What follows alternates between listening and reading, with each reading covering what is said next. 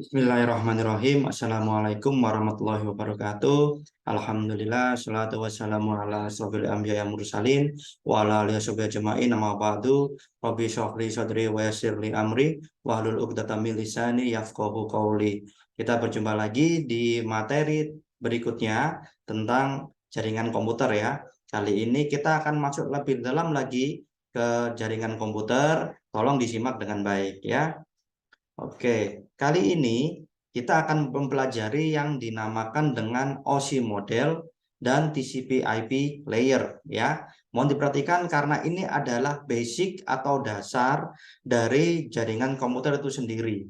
Ketika Anda sudah menguasai ini, maka nanti ketika Anda melakukan troubleshoot ataupun Anda membangun jaringan komputer, itu akan jauh lebih mudah ya. Jadi ketika ada error seperti ini, yang dicek ada di layer ini. Nah, seperti itu ya. Jadi ini penting sekali. Jadi mohon diperhatikan ya. Baik, kita mulai dari OSI model. Nah, OSI model ya itu adalah sebuah kerangka kerja yang bertujuan untuk menjelaskan cara jaringan komputer berkomunikasi ya. Jadi ini merupakan sebuah framework ya, bukan sebuah protokol. Kalau sebelumnya kita sudah belajar tentang protokol, kali ini OSI model ataupun TCP/IP itu adalah sebuah framework kerangka kerja ya. Nah, tujuan dibuatnya dari OSI model ini atau yang disebut dengan OSI reference model, yaitu yang pertama menyediakan standar yang dapat digunakan sebagai panduan dalam perancangan, pembuatan dan penggunaan jaringan komputer ya. Dulu di materi-materi sebelumnya sempat saya singgung bahwa jaringan komputer ini punya standar ya. Itulah yang menyebabkan perangkat jaringan komputer dengan berbagai merek bisa saling berkomunikasi. Ya, nah, kemarin kita sudah ngomong tentang protokol, itu adalah aturan komunikasi datanya. Nah, protokol tadi itu dibangun berdasarkan ini, ya, OSI reference model, ya. Nanti di dalamnya masing-masing layer ini, ya, jadi nanti OSI itu dia punya 7 layer, ya. Ini masing-masing dalamnya ini adalah protokol, gitu ya. Jadi kemarin kita belajar protokolnya dulu, sekarang kita baru belajar tentang bungkusnya. Oke, berikutnya adalah memudahkan interoperabilitas. Aduh, susah banget ngomongnya ya. Jadi ini yang saya sampaikan. Jadi berbeda vendor, berbeda produsen, tetap dia bisa berkomunikasi ya. Kemudian meningkatkan efisiensi dalam perancangan jaringan karena memiliki 7 lapisan ya. Jadi nanti ketika kita mendesain jaringan komputer ya, itu biasanya dari physical layer ya. Nah, kita menentukan nih, nanti jaringan komputer saya untuk mau pakai kabel UTP atau mau pakai fiber optik. Nah, itu urusannya di sini. Gitu ya. Kita hanya ngurusin ini aja. Yang lain urusannya nanti layer yang lain. Oke ya. Kemudian mengurangi kompleksitas dalam pengelolaan jaringan. Oke, jadi misalnya kita nggak bisa menghubungi ping, misalnya ping ke komputer tertentu. Nah, itu ada di mana masalahnya? Ceknya dari application layer dulu. Misalnya firewall-nya, ada firewall-nya nggak aktif nggak? Untuk paket SMP dia dilewatin nggak sama firewall-nya? Ternyata firewall-nya itu sudah nggak aktif. Oke, kita akan turun lagi ke transport biasanya. Transport itu dia ngurusin masalah protokol pengirimannya. Pakai ping itu pakai ICMP. ICMP-nya jalan apa enggak? Jalan. Cek turun lagi ke networknya. Di sini ada IP address. IP address dapat apa enggak? Dapat IP address-nya. Gitu. Turun lagi ke data link-nya. Nah, seperti itu ya.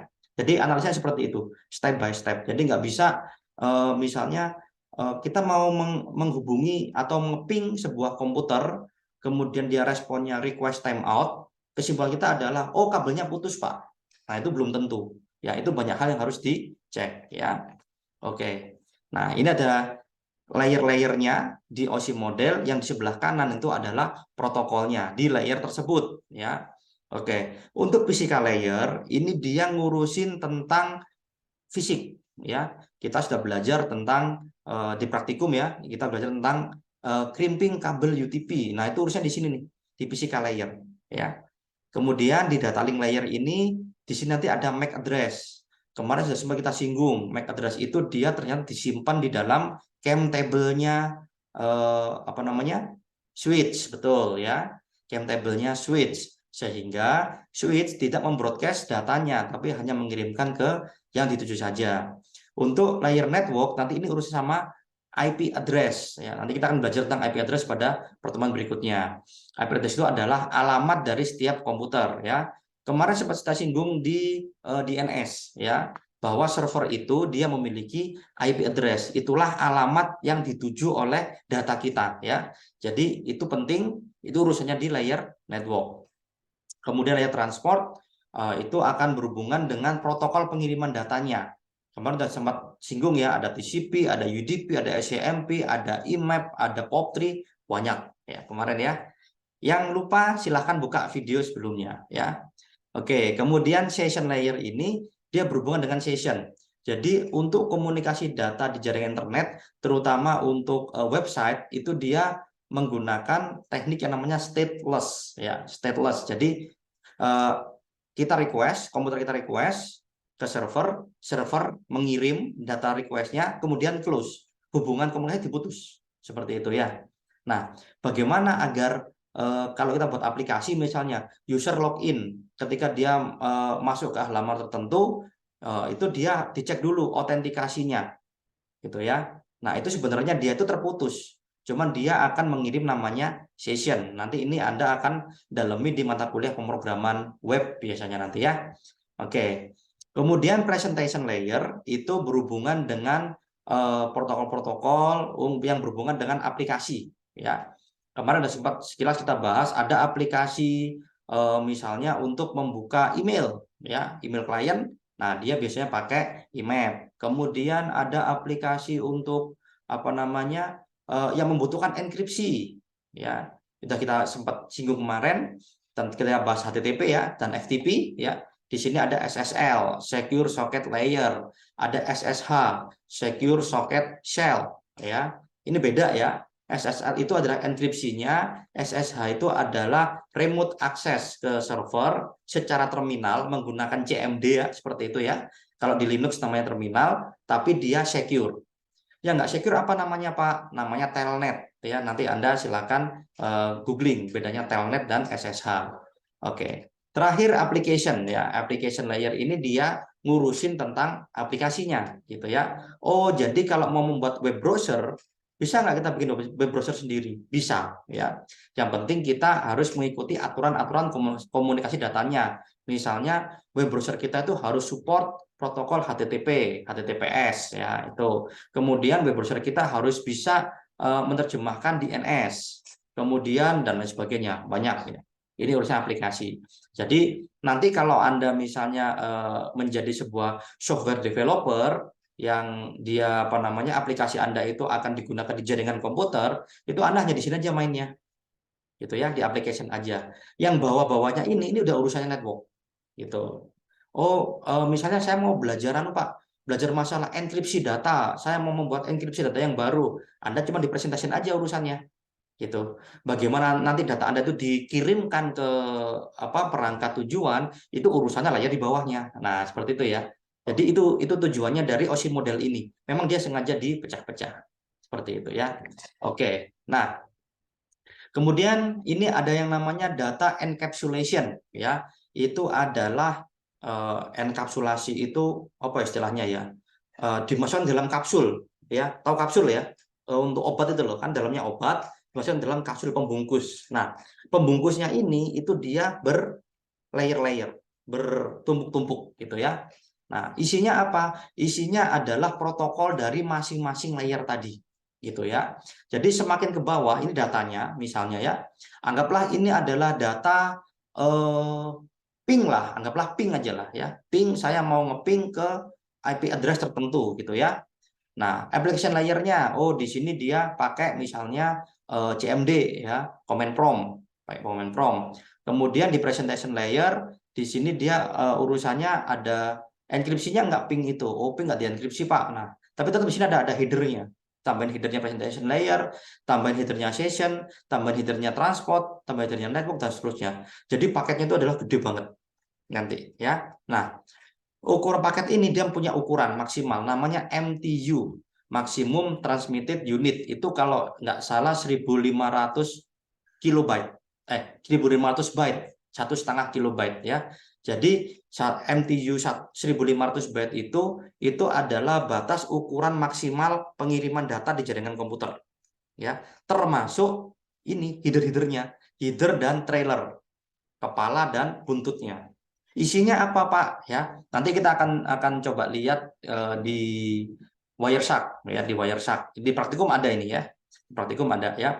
Jadi header itu isinya adalah tujuan kemana paket ini dikirimkan. Sedangkan trailer buntutnya itu adalah berisi alamat dari mana data ini dikirimkan. Nah, gitu ya. Jadi kayak kalau kita kirim paket, ada tujuannya, ada pengirimnya siapa. Nah, seperti itu. Konsepnya sama persis seperti itu, ya. Nah, itu encapsulation. Jadi ketika data mau dikirimkan, ya itu dibungkus, bungkus, kemudian dia dikirimkan ke tujuannya. Di tujuannya dia dibongkar sampai ketemu datanya. Nah, memang seperti itu, ya. Oke, sedikit tentang MTU ya. Jadi itu adalah batas maksimal ukuran paket data yang bisa dikirimkan di dalam jaringan komputer. Jadi misalnya kita mau download file, taruhlah file PDF 1 mega dari internet, file 1 mega itu akan dipecah menjadi 1,5 kilo. Gitu ya. Jadi kalau 1 mega itu kan sekitar 1000 ya, 1000 kilo. Jadi kalau dibagi 1,5 itu sekitar ada berapa dia? Anggaplah misalnya sekitar ada 700-an paket ya. Ada 700 paket nanti yang akan dikirimkan dari server ke komputer kita. Dipecah menjadi 700. Nah, itulah fungsinya protokol TCP. Jadi ketika dari 700 data tadi itu ada sebagian yang rusak ya. Misalnya pada waktu itu jaringan komputer lagi jelek. Terutama kalau kita ngaksesnya pakai data yang kebetulan sinyalnya lagi jelek. Nah, gitu ya. Kita download file 1 mega dari server dari Google Drive misalnya, kemudian file itu dipecah menjadi 700 paket. Nah, dari 700 paket tadi itu dikirimkan ke device kita, ke HP kita misalnya. Kemudian yang nyampe ternyata 500, yang 200 dia nggak nyampe. Nah, itu ada mekanisme request ulang. Nah, itulah mengapa untuk pengiriman data di jaringan komputer itu rata-rata umumnya menggunakan protokol TCP karena dia punya mekanisme error correction. Dia punya mekanisme, dia tahu yang mana yang error dan dia akan merequest lagi yang error tersebut. Hanya yang error tersebut, tidak merequest keseluruhan datanya. Oke. Nah, kemudian ada yang tanya nih, Pak, apakah OSI model itu diimplementasikan jaringan komputer kita? Sebenarnya tidak. Itu hanya untuk referensi saja. Nah, yang diaplikasikan di jaringan komputer kita itu namanya TCP/IP model, ya. TCP/IP model. Jadi ceritanya kita punya dua standar nih. Kita punya dua standar, ya. Yang pertama OSI model itu dia dikembangkan ya sebelum jaringan komputer itu dikembangkan. Jadi konsep. Jadi nanti kalau jaringan komputer itu physical layer seperti ini, data linknya seperti ini, network seperti ini dan seterusnya, gitu ya. Sedangkan TCP/IP model ini perkembangannya itu bersamaan dengan jaringan komputer itu sendiri. Jadi dia aplikatif, ya. Oh ternyata kita butuh urusan tentang network interface, gitu ya. Wah ternyata ini kalau digabung semuanya protokolnya jadi bingung nih. Oke, kita pecah-pecah aja. Nah, itu katanya para pencipta jaringan komputer pada saat itu ya. Jadi kalau TCP/IP model itu hanya dibagi menjadi 4 layer. Sedangkan OSI model itu dia dibagi menjadi 7 layer. Intinya sama ya. Kalau di TCP/IP model itu namanya network interface. Kalau di OSI model ya itu namanya physical layer dan data link layer. Isinya apa Pak? Sama. Di sini ngomongin masalah physical layer, Ethernet, protokol Ethernet. Kemudian di sini juga udah ngomong ARP. Nah, ini ada sedikit perbedaan ya. Ada yang bilang ARP, Address Resolution Protocol, itu kalau di switch itu namanya CAM table ya. Kalau di komputer kita namanya ARP table ya. Jadi itu untuk menyimpan informasi perangkat mana yang pernah berhubungan dengan komputer kita dan berapakah MAC address-nya. Oke. Sekarang saya coba tunjukkan ARP table yang ada di komputer saya ya. Oke. Perintahnya adalah kita buka command prompt CMD ya. perintahnya adalah rp-a. Nah, ini adalah list daftar dari perangkat-perangkat yang pernah terhubung dengan komputer saya. Anda bisa lihat di sini ya, sebelah kiri adalah IP address-nya, sebelah kanan ada MAC address-nya. Nah, seperti itu ya. Nah, ini adalah komputer-komputer yang pernah terhubung dengan komputer saya. Jadi disimpan di sini. Jadi ketika saya mau berkomunikasi dengan komputer yang IP75, maka nanti paketnya ketika enkapsulasi saya sudah tahu MAC address-nya adalah 94 sekian bla bla bla bla bla gitu. Ya. Oke. Nah, ini kenapa Pak kok banyak MAC address yang sama Pak? Nanti ini ada cerita di belakang gitu ya. Jadi sementara saat ini gitu dulu aja. Jadi kalau di switch namanya CAM table, kalau di komputer kita namanya ARP table ya. Oke. Kita kembali lagi ke materi kita. Ya. Oke. Nah, jadi itulah bedanya OSI model dan TCP/IP. Biasanya kalau TCP/IP disebut dengan TCP/IP layer ya. Kalau OSI-nya ya ada disebut juga dengan OSI layer juga ya gitu ya. Ya terserah lah. Ada yang pokoknya dia ada OSI sama TCP/IP. OSI itu pengembangnya adalah Open Standard Interconnection, sebuah lembaga yang dia mengeluarkan standar-standar gitu ya, standar-standar gitu ya. Standarnya kita kenal dengan namanya ISO ya. Mungkin pernah dengar ya. ISO 9001, ISO 20001, ISO 27001, ISO sekian, ISO sekian. Nah, itu ada satu lembaga yang membuat standar-standar itu ya. Sedangkan TCP/IP ini yang mengembangkan adalah pengembang dari jaringan komputer sendiri.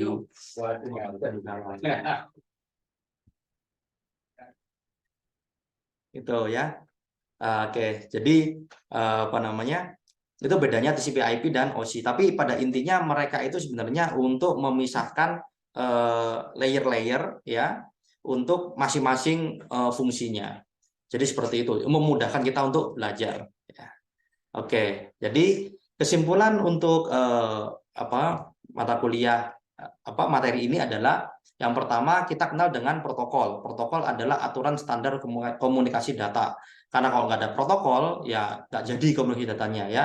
Kalau di manusia protokol itu bisa diibaratkan dengan bahasa ya, gitu bahasanya. Kalau kita ngomong sama orang Indonesia kita pakai bahasa Indonesia. Kalau kita ngomong sama orang luar negeri standarnya apa? Kita pakai bahasa mereka gitu ya, kan repot juga kalau kita ngomong sama orang Jepang harus pakai bahasa Jepang, kita ngomong sama orang Korea harus pakai bahasa Korea ya. Jadi kita punya protokol yang umum untuk internasional yaitu bahasa Inggris ya gitu. Jadi kalau kita ngomong sama orang dari Afrika pun kita ngomongnya pakai bahasa Inggris ya gitu. Jadi itulah yang menyatukan apa namanya seluruh perangkat jaringan komputer agar bisa saling berkomunikasi gitu ya.